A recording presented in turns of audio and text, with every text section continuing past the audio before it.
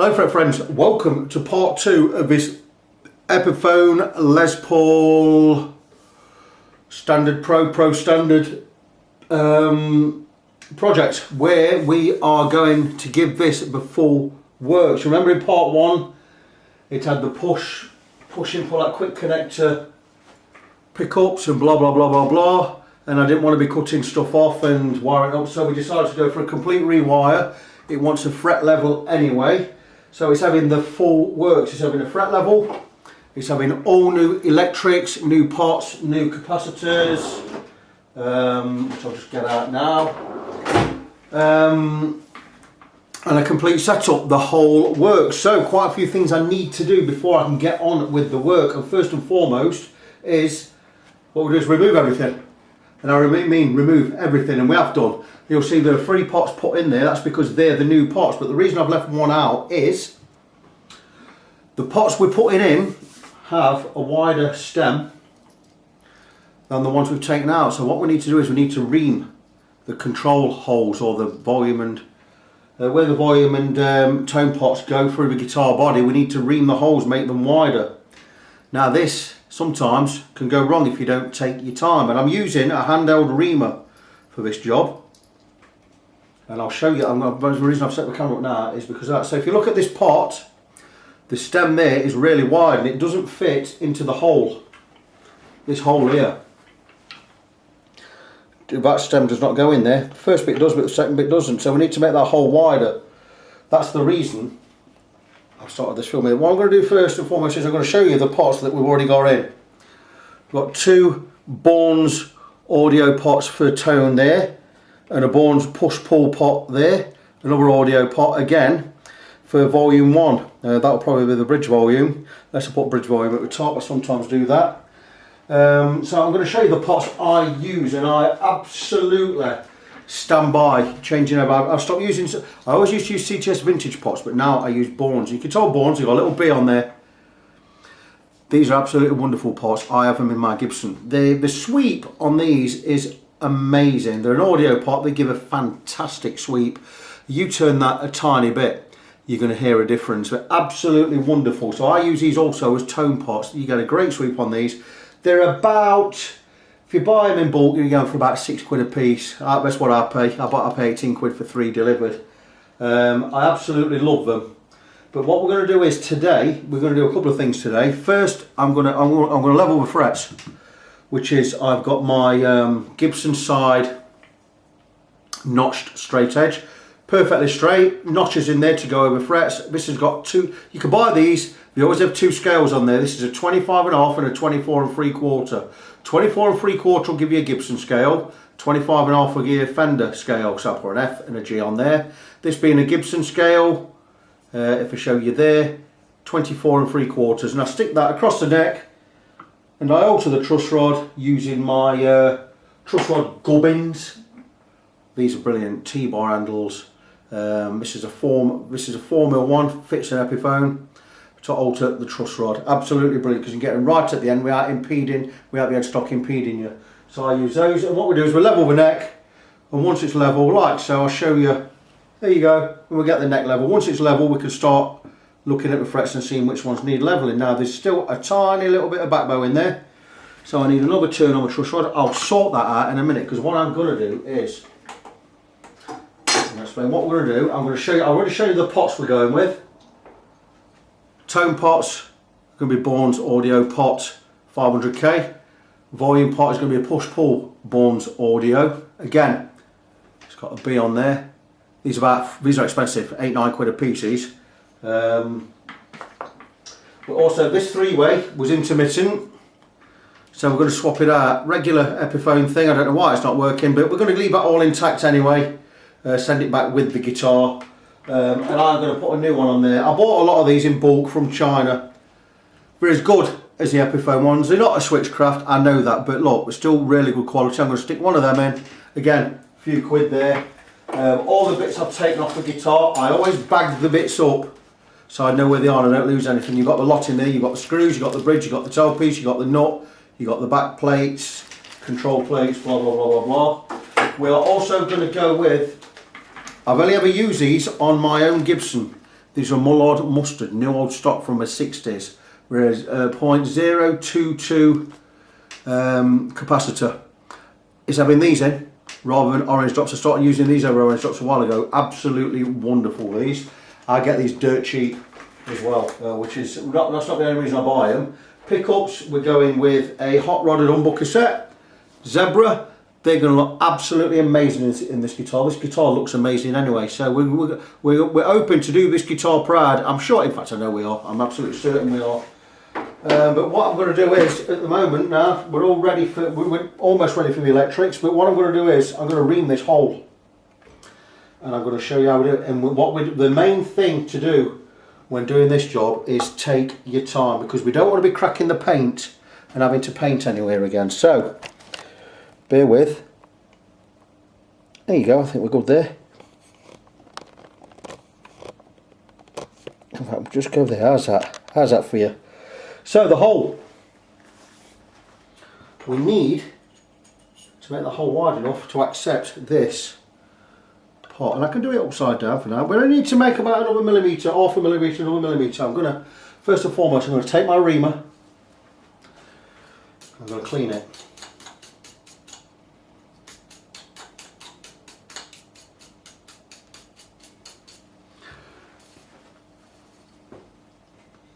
And I could, if I wanted to, just put a tiny bit of oil on there, just get some mineral oil,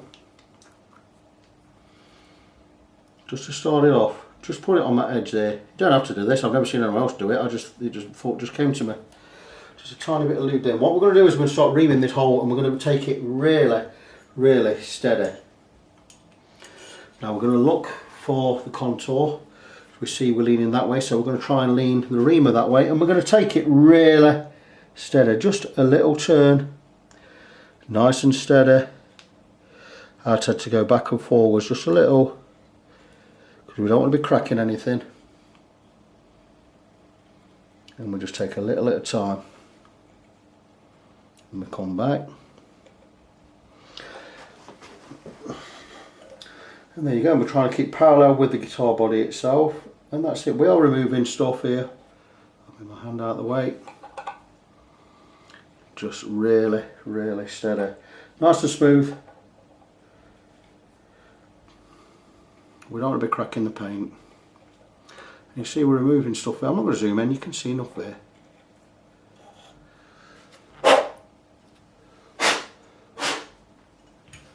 And we'll bring the pot over and we'll just keep trying it. We're nearly there already with that lot.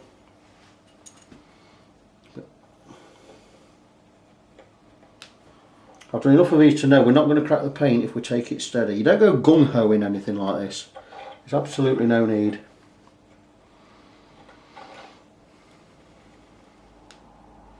You can feel it biting. It's trying to bite a big chunk there. We're just going to pull back a little and just go steady.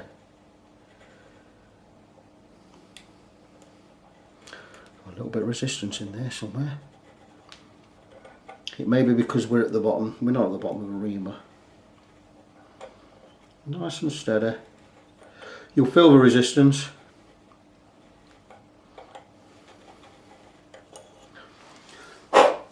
Just a little bit of time. See how we're getting wider? Absolutely beautiful. Not far off. Just take your time. I would not go at something like this with a drill. Definitely not.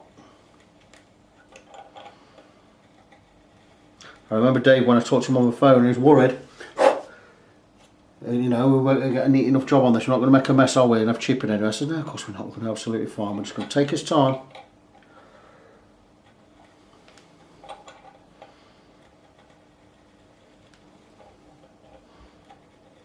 And I think got no chip in there at all. Look at that, absolutely beautiful. So we're in the top half, not the bottom.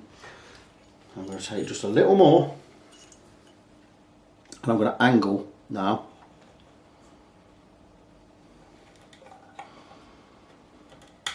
Just so we take some from the inside. No pressure on here.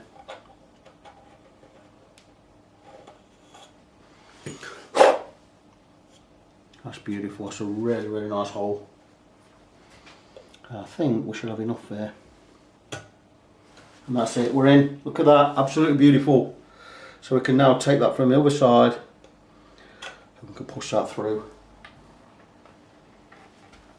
Keep you there.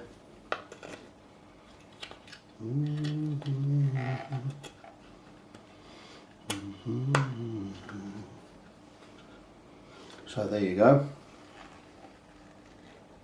We're all in there where we need to be. How's that? And all we do is there is we'll go. There's a nice pull there. Go with the washer. These are only in. These aren't on how it's going to be. I've just put these in just for now, just to show we've got everything in there. We've got everything nice and neat.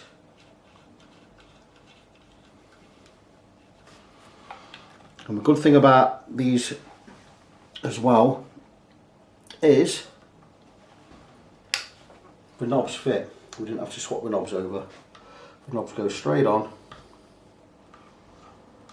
Absolutely beautiful. I won't put them on here until we've got the guitar working. See, I've got these a little bit more, a little bit higher, a little bit more proud. That's because I want to be able to grab the bottom of the knob.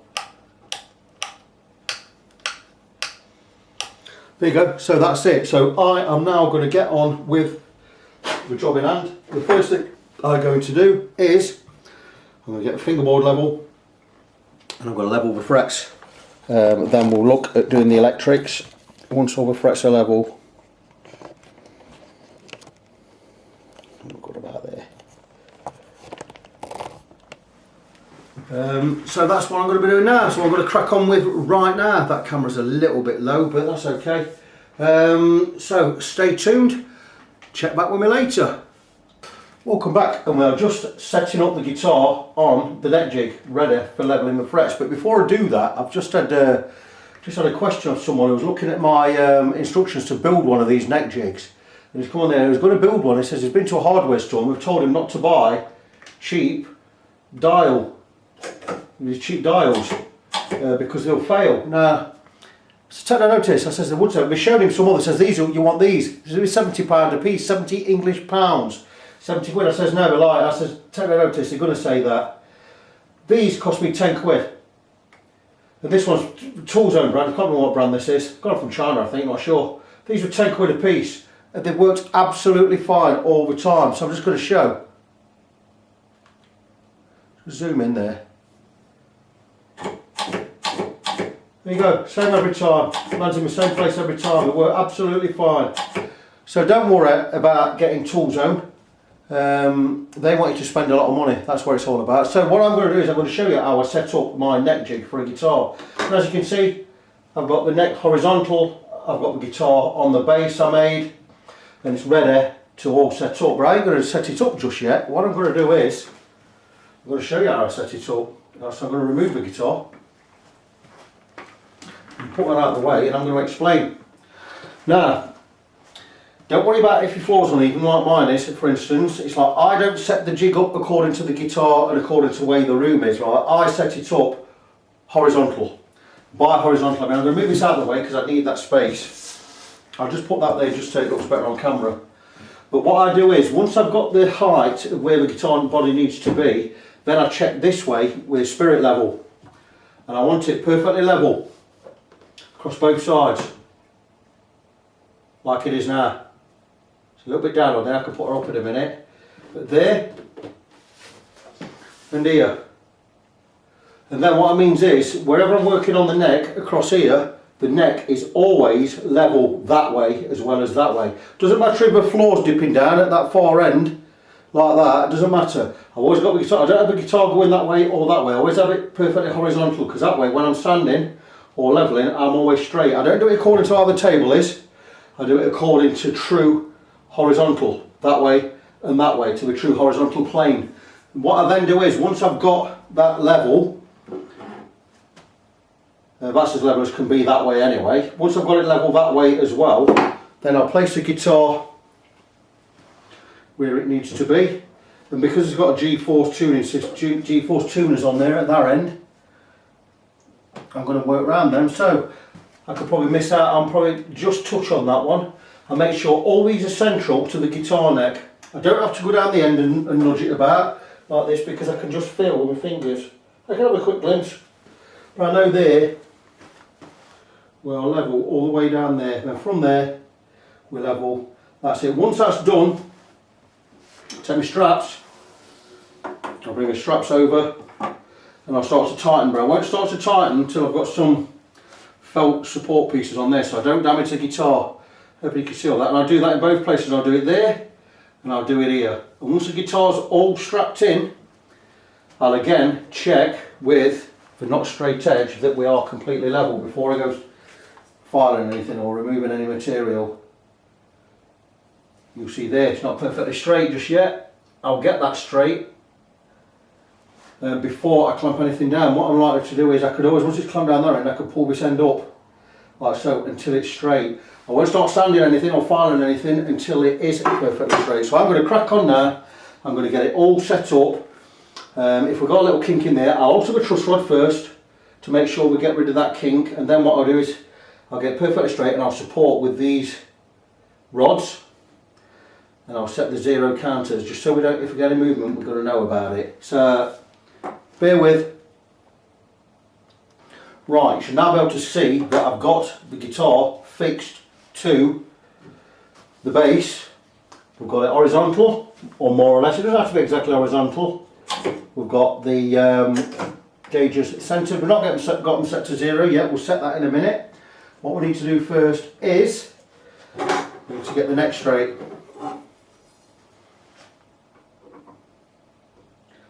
We have a look there, and I could, if I want to, I normally shine a light behind there and see where I've got any gaps. I can see some gaps in the middle and one at the end there. It means we don't have a straight neck regardless. I'm not worried about that because we will have it straight once I've set it up on these, because I'll set it straight using these to push or pull in certain directions.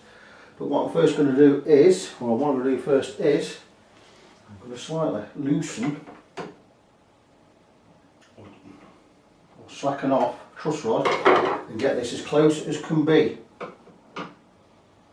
The idea of using this is to get your neck straight. It's not about getting in playing position, as people falsely claim. It's about getting it as straight as you can. Because it's about getting, once this is straight, then we're going to level the frets. Relief from that comes after. Don't like leaving these on there because they tend to fall off if you start mucking about with things. We'll let go. So see where we are there, and I can see we're putting too much backbone in that. It's like a rainbow at the moment. So we're going to go the opposite way. I might just need to turn it just a tad. That's looking really, really nice. That looks good. I think another 16th of a turn there. I'm going to be about right. That looks good to me, kids. Sorry if I get in the way and making the video boring. A couple of places, there's a tiny gap all the way along. That's absolutely fine. That's as close or as straight as we're going to get it. Now what we're going to do is, I'm happy with that. I'm going to set this far one. And what I'm going to do is I'm not going to move anything. If anything moves in that's okay. I'm going to tighten this one. And now that one's tight, I'm going to just get this hold in place. Don't put any great pressure on there. This is just going to hold things.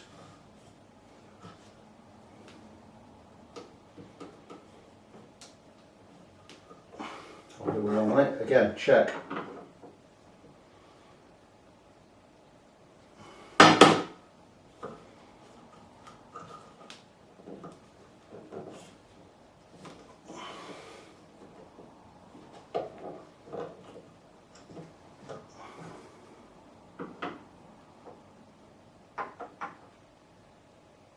beautiful. Right, now we're going to bring these up.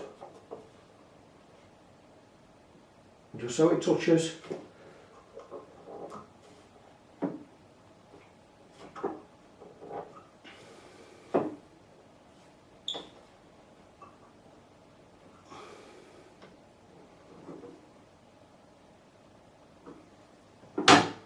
Tighten, tighten, tighten, tighten. We're now at that neck level. Now I'm going to zero these dials out and I'm going to test them.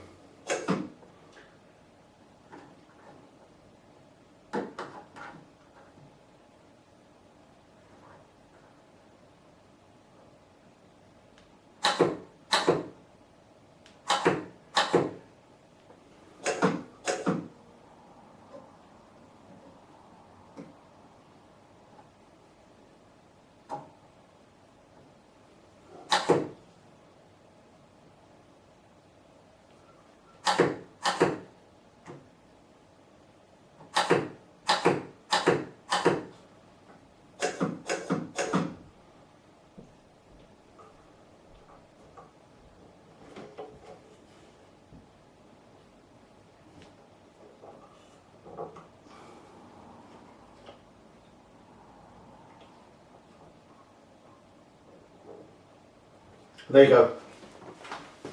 We have a neck set up, we have it level, we have it straight, we have a neck straight. We zoom in, and we have the dials zeroed out. There you go. Don't buy the cheap ones. And that's it. So as long as we don't knock this or move anything sharply, this neck is going to stay in exactly at the same place. Now what I can do is, now I'm happy that the neck is straight, or as straight as it's going to be.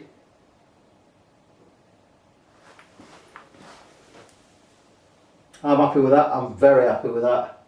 I can now level the frets. We're all set up. I'm going to go across with the fret rocker. I'm going to mark off the frets that need doing. If there's any stupidly excessive fret needs removing, I'll remove it with a flat file before I go across with the beam. But what I'm going to do is I'm going to get the neck taped up. I'm going to get all this taped, all this area taped up for when we do the filing later, and I'm going to crack on with it. So come back and see how we're getting on shortly. So as you may now see, I've got frets all taped off, and some of them are coloured in. And what I've done here is all the high parts of the frets are coloured in red. The rest of the fret is coloured in blue. The other ones I've left blank. You'll notice only 1, 2, 3, 4, 5, 6, only 7 frets left untouched. I'll be colouring them black eventually, but not at the moment. So if there's 7 untouched, it means there are 15 frets, all with high spots. And what I've done is, because I'm going to do it with a flat file before I go across with a levelling beam, which is my new way of doing things, I marked all the high parts off in red, and I'm going to go across with a fret rocker, and you're going to listen for the rock. And I'm going to show you where they are. And there are 1, 2, 3, 4, 5, 6, 7, 8, 9, 10, 11, 12, 13, 14, 15. The reason I marked rest in blue is so the whole fret is marked. And when I come to skimming across with a beam or a radius beam later, I want to be removing where the red is, but I don't want it to be touching the blue, if you get my meaning. And once they're all level, it'll start removing off a whole lot. Now, I've also done it just for my reference. Thing is, when I level these off by hand anyway with a flat file, which I'm going to do, I'm going to remove the red myself until I get it more or less level, then I can go across and do the lot together. So this is more for my reference, but I'm going to go across the frets and you listen for the rock. You know how a fret rocker works, we do 3 frets at a time, and there's no rock on there on the first one, or number 2. If you hear a click, a rock, we only do 3 at a time, that's why you've got 4 different edges, 1, 2, 3, 4 varying lengths. That length we can do there, come to this end, we'll do it that way. And we do 3 at a time, and if we get a rock, it means the middle one is high. So listen out for a rock. Red area, rock. Blue area, fine. Red area. Red area on this one. Blue area should be fine, which it is. And I'll just go along and you listen for a rock. This one's fine. Rock.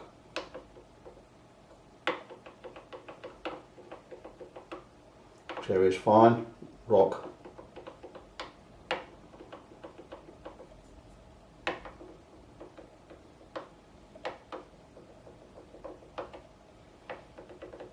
This one's really high. Next one's fine. Rock. Really high again.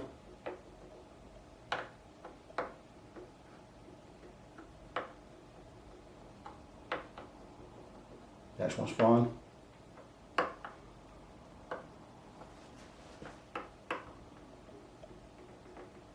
This one's fine. This one's rock. Really high. No rock. This one's fine all the way. Fine on the blue. Fine on the blue. Red bit. Really high again. Fine on the blue. Oh, actually, it's rocking. No, is it rocking? No, it's just. Oh, it is rocking a bit there. So I've got a little area there that I've missed. What I do is I see where it's rocking and where it isn't. Rocking, starts rocking there, ends rocking there. So there you go. Still fits, still 15 frets. So there you go, and I'll show you the areas where they are rocking. Might be 15 frets, but you've got one area, 2, 3, 4, 5, 6, 7, 8, 9, 10, 11, 12, 13, 14, 15, 16, 17, 18, 19, 20. 20 high areas. So what I will do is I'll go across those with a flat file, take a bit of the red off, keep checking. I'll just do one skim, one brush, and I'll keep checking every time I've done a brush stroke, a file stroke, just to see if we got it close. Once we get it close, I'll leave it, and then we'll skim across the whole lot together. So I'm going to get on with that now. I will come back and give you an update again shortly. Right, I just want to show you something. When I get to a particularly tricky area like this area where the neck joins the body of the guitar, you can see here, got it all taped up, but I'm not using just tape because I've learned by my mistakes. In the past we used to just use masking tape, but the masking tape sometimes it can bring away a little bit of paint or a little bit of lacquer. So I'm using, these are plastic, it's just sheets of plastic, and I've covered in tape both sides so it doesn't mark the guitar, and all I do is I tape on just a centimetre or half a centimetre, and that gives me protection in case I hit anything with a file. Cleaning my file. Look, if I ever hit anything with a file and go ding in the guitar, I'm not going to hit the guitar, I'm going to hit that plastic and it's not going to ding the guitar. But I want to show something here.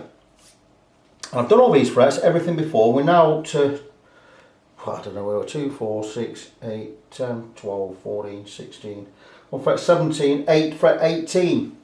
And I've already, there's that much red, and I've already filed it down, but I still need some to remove some more. Now it's high, where it was high here before, I've now levelled it in that area, but I always check with the fret rocker, and see, like, I'm still rocking there, there and there, but I'm not rocking on the edge here, so I mark again. This is why I use 2 coloured pens on one fret.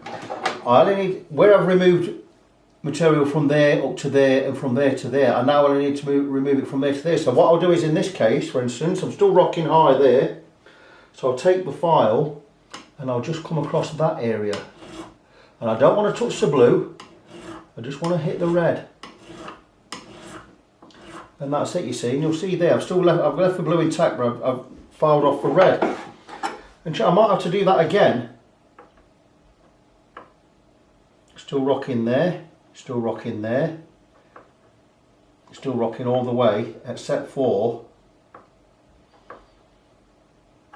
right, so it's now up to there. So we've took a few mil off, so we now need to, the only red we need to remove now is that area, and again I'll come in with a blue, and that blue shows me where to stop, and I hope you can see there, I'll come in a little bit more. I now only need to remove this little piece here. And again, always checking with the fret rocker, always. It's a laborious job, but it's very satisfying. Quite high, then it stops just there. So what we're going to do now is wipe the file, remove any bits. Again, nice and careful. You get to learn this by touch over the years, how to just hit a bit and miss a bit.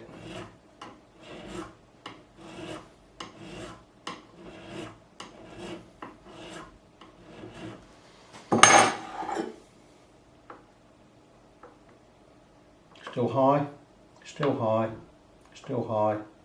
we're fine there. So right, fine up to there.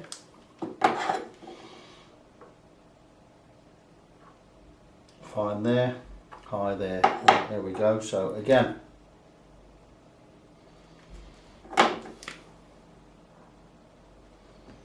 just that little bit, less than a centimetre now, high.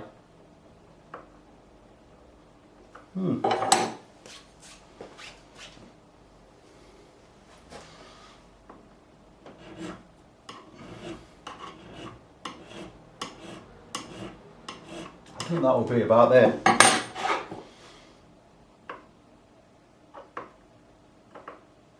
Still a little bit high.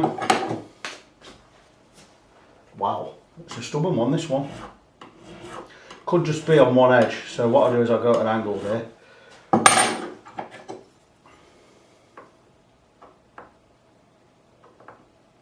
And we've got that one. We've now got that one.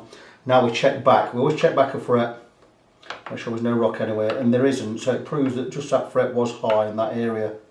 And then we'll move forward a fret. This one was fine anyway. That's a little tiny bit high there, so we're going to need to remove a little bit off this one now, because before it was saying it was okay. And that's it. So I'm going to finish off. Once I've finished off, got them level, we'll go across the whole lot with a straight beam. There's a whiz back out there. Back soon. And I'm now just finishing off the final levelling. I've been across with a level beam. I've not used the 240 grit side, just the 400, because I've got them level with the file anyway. And all I've done is just gone, not use any pressure, just gone backwards and forwards, a few strokes, just following the contour, following the lines of the strings. And once all of the frets, I've no pen on the tops anymore.